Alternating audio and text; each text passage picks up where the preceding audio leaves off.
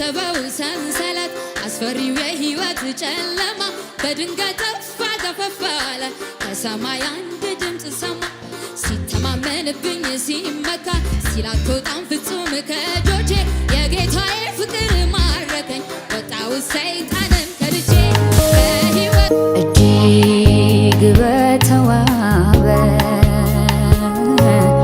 በሚደንቅ ብርሃን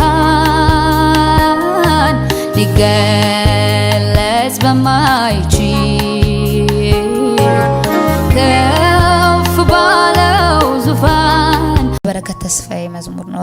እውነቱን በመስቀል ላይ እሱን ነበረ ዳንሱን ኮርስ ኪሮግራፊ በጣም ትልቅ ሞንቶርቦን አዳራሽ ውስጥ ተከፍቶ አስደነስሽበት።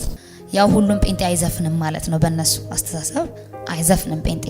ዘማሪ መሆን አለብኝ ያስባለሽ የመጀመሪያው ሰውና የመጀመሪያው መዝሙር ፕሮፋይል ስገባ አስቴር ይላል። ኦኬ ማመን ነው ያቃተኝ። ዘፈን አልዘፍንም በጣም ነው የሚጨንቀኝ ዘፈን ስሰማ የእውነት በጣም ነው የሚጨንቀኝ ማለት ሰላም አላገኝም ሁላ ዘፈን ስሰማ በቃ ውስጤ በጣም ነው የሚረበሸው።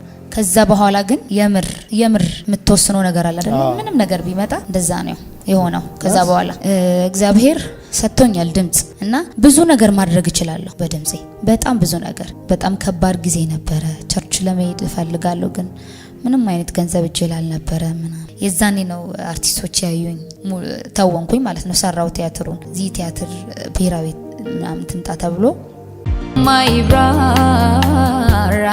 ማንነት አለ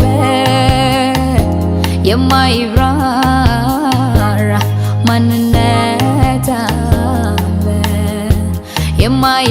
የማይብራራ ማንነት አለ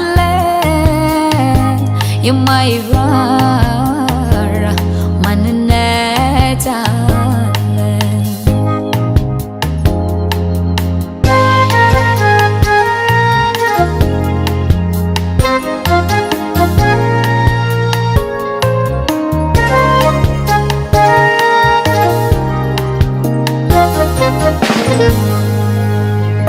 እልፍ ልሳን ቢኖር ሺህ ቢሆን ቃላቴ ስዘረዝር ብውል ቢበዛም ስለቴ የትኛው ውብ ቃላት የትኛው መዝሙሬ አንተን ሊገልጽልኝ አልቻለም መድኔ። የትኛው ውብ ቃላት የትኛው መዝሙሬ አንተን ሊገልጽልኝ አልቻለም መድኔ። እልፍ ልሳን ቢኖር ሺህ ቢሆን ቃላቴ ስዘረዝር ብውል ቢበዛም መስዋዕቴ የትኛው ውብ ቃላት የትኛው መዝሙሬ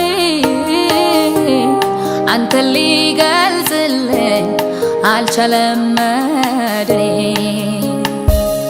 የትኛው ውብ ቃላት የትኛው መዝሙሬ አንተን ሊገልጽልኝ አልቻለም